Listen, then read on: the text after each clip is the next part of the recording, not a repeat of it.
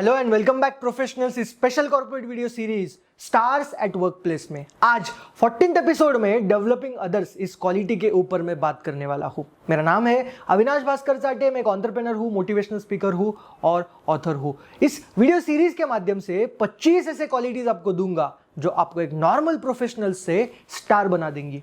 Episode number 12 तक हमने कुछ ऐसे क्वालिटीज के ऊपर डिस्कशन किया था, कुछ ऐसे क्वालिटीज के ऊपर चर्चा की थी जो एक प्रोफेशनल में होना अनिवार्य है। लेकिन एपिसोड नंबर 13 के आगे, मतलब आज का 14 एपिसोड है, 13 के आगे ये क्वालिटीज एक लीडर में होना अनिवार्य है। मतलब आप लीडरशिप डेवलपमेंट की खोज में हैं, अगर आप एक लीडर बनना चाहते हैं तो एपिसोड नंबर 13 के आगे एपिसोड जितने भी है ये सब आपके लिए है। ये सारे क्वालिटीज लीडरशिप स्किल्स पर निर्भर है। पिछले वीडियो में हम देख चुके हैं कैसे संवेदनशीलता यानी अंडरस्टैंडिंग अदर्स कितनी इंपॉर्टेंट क्वालिटी है एक लीडर के लिए। आज की क्वालिटी यानी डेवलपिंग अदर्स भी उतनी ही इंपॉर्टेंट, उतनी ही अहम है लीडरशिप डेवलपमेंट के लिहाज से। ये क्वालिटी जिस भी प्रोफेशनल में होती है वो हमेशा अपनी टीम को डेवलप करने में लगा होता है। अब देखिए लीडर कैसे अपनी टीम को डेवलप करने में लगे होते हैं, कैसे उनको कोचिंग देने में लगे होते हैं, कैसे उनके डेवलपमेंट के, उनके ग्रोथ के ऊपर फोकस्ड होते हैं without looking at any limitations. Developing others ये एक अहम क्वालिटी है अगर आप टीम बिल्डिंग का ख्याल रखते हैं, अगर आप टीम आपकी डेवलप करना चाहते हैं और इससे आप आपकी टीम से सुपेरियर परफॉर्मेंस निकाल सकते हैं। जब एज अ लीडर आप अपनी टीम को डेवलप करते हैं तो आपकी टीम आपसे लॉयल बन जाती है, आपकी टीम आपसे कमिटेड बन जाती है। हाईलाइट कीजिए इस पॉइंट को।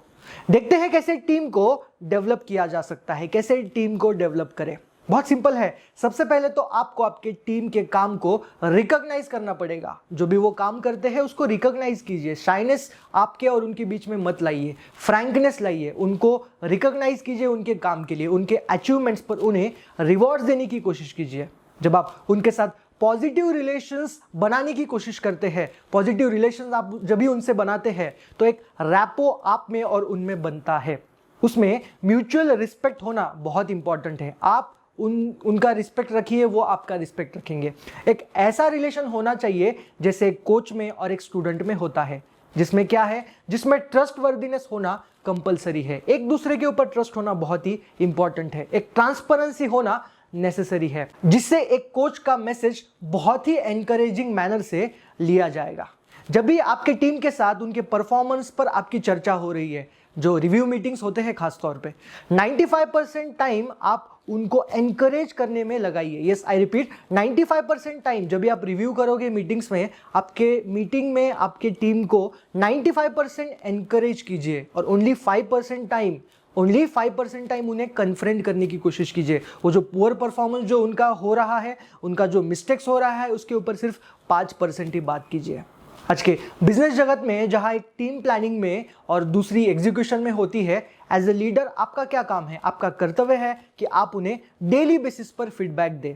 एक नॉर्म ही बना दीजिए कल से कंपनी का। डे टू डे फीडबैक होगा, डे टू डे आप उनको आपका और आपकी टीम का कोऑर्डिनेशन होगा, कम्युनिकेशन होगा, जिसमें आप आपकी टीम को फीडबैक दे रहे हो। लेकिन सबसे अहम बात आती है कि फीडबैक कैसे दिया जाए, फीडबैक कैसे हम हमारे टीम को दें। तो अब देखते हैं कैसे as a leader, as a manager अपनी टीम को गुड वे से फीडबैक दें। अब देखिए, फीडबैक हम बहुत बार देते नहीं या बुरी तरीके से देते हैं, चिड़चिड़ करने लगते हैं, गलत तरीके से फीडबैक देते हैं। तो सबसे पहले फीडबैक की शुरुआत आप प्रेज से कीजिए। जब भी आपको किसी को फीडबैक देना है, सबसे पहले उसको प्रेज कीजिए, एप्रिसिएशन करने की कोशिश कीजिए। सारे पॉजिटिव एस्पेक्ट, सारे पॉजिटिव चीज़ों के ऊपर सबसे पहले फोकस कीजिए, उसको निखारने की कोशिश कीजिए जो आपके टीम ने, आपके सबऑर्डिनेट्स ने पिछले कुछ दिनों से किया है।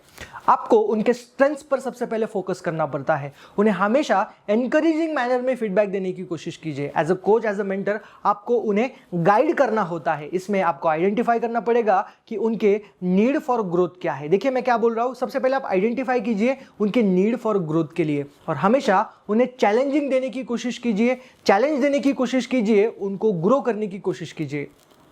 उसके बाद सामने वाले प्रोफेशनल के स्ट्रॉन्ग पॉजिटिव पर्सनैलिटी ट्रेट्स को हाईलाइट कीजिए। जो भी पॉजिटिव पर्सनैलिटी थ्रेट्स है सामने वाले प्रोफेशनल में, उसको हाईलाइट कीजिए और इसके बाद ही आप उनके पॉइंट्स पे, उनके इम्प्रूवमेंट्स पर आइए। उनके जो भी इम्प्रूवमेंट्स आप चाहते हो ना, उसके ऊपर आइए। जो भी मिस्टेक्स उनसे हुए हैं उसके ऊपर आइए।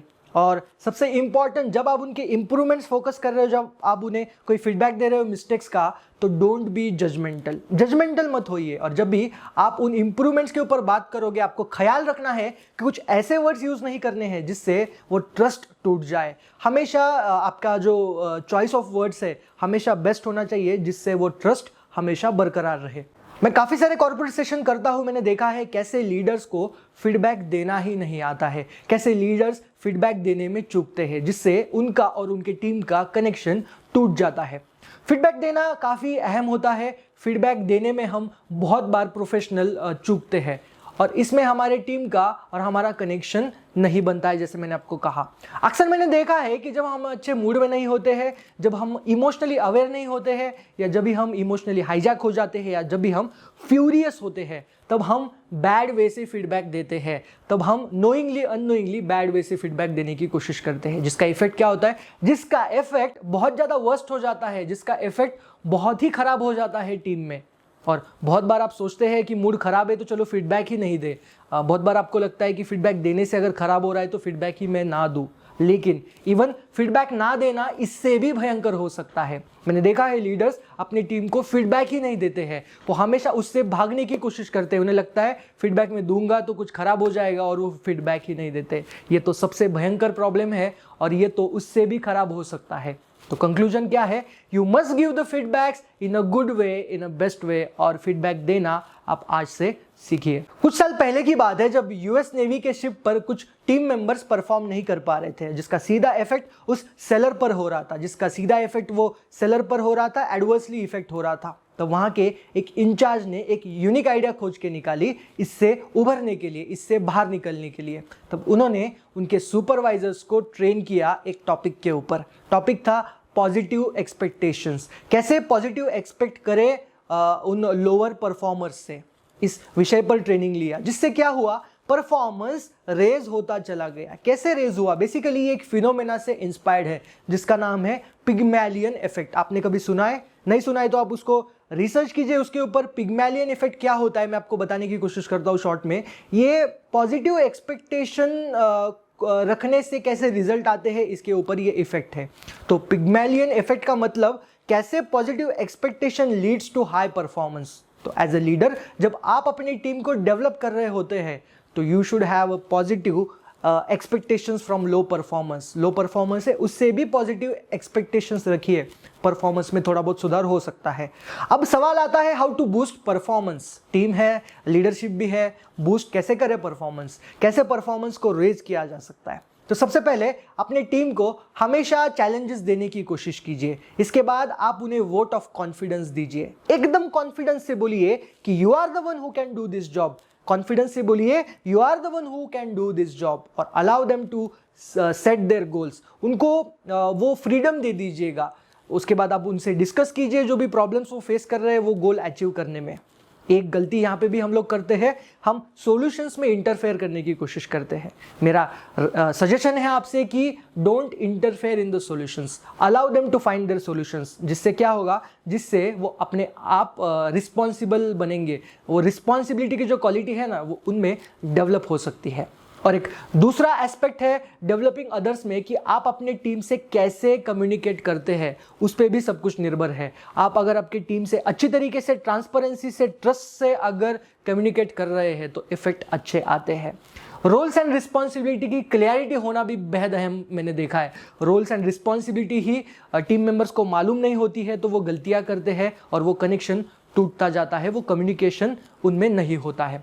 इसको समझने के लिए आपको लेके चलता हूं 2008 के आईपीएल के फर्स्ट एडिशन में, जहां शेन वॉर्न राजस्थान रॉयल की टीम को लीड कर रहे थे, जो एक स्ट्रॉन्ग साइड तो नहीं लग रही थी शुरुआत में, क्योंकि सारे न्यू कमर्स उसमें थे। शेन वॉर्न ही सिर्फ ऐसे थे जो एक्सपीरियंस्ड थे। आप अगर 2008 का आईपीएल देखा है आपने तो आप जानते हैं कैसे वीक टीम शुरुआत में ये लग रही थी। काफी जाने माने नाम इसमें नहीं थे, लेकिन जैसे ही टीम की तैयारी शुरू हुई, शेन वॉर्न सबसे पहले तो हर एक इंडिविजुअल प्लेयर से कम्युनिकेशन में लग गए, सबसे बात करने में लग गए, उनके स्ट्रेंथ समझने की कोशिश करने लग गए, हर एक टीम मेंबर्स के स्टाइल्स को समझने की कोशिश करने लग गए, हर एक टीम मेंबर के कल्चर को समझने की कोशिश करने में लग गए, और एक क्लियरिटी से उनको रोल्स एंड रिस्पॉन्सिबिलिटी दे दी। क्या किया? एक क्लियरिटी से रोल्स एंड रिस्पॉन्सिबिलिटी देने की कोशिश की।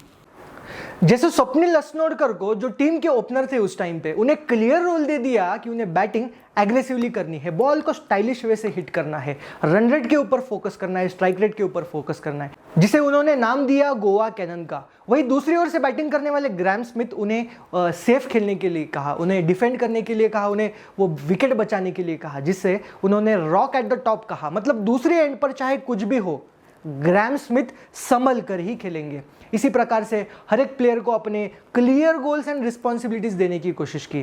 टीम में एक इससे विश्वास जागृत हुआ, विश्वास जग गया जीत का।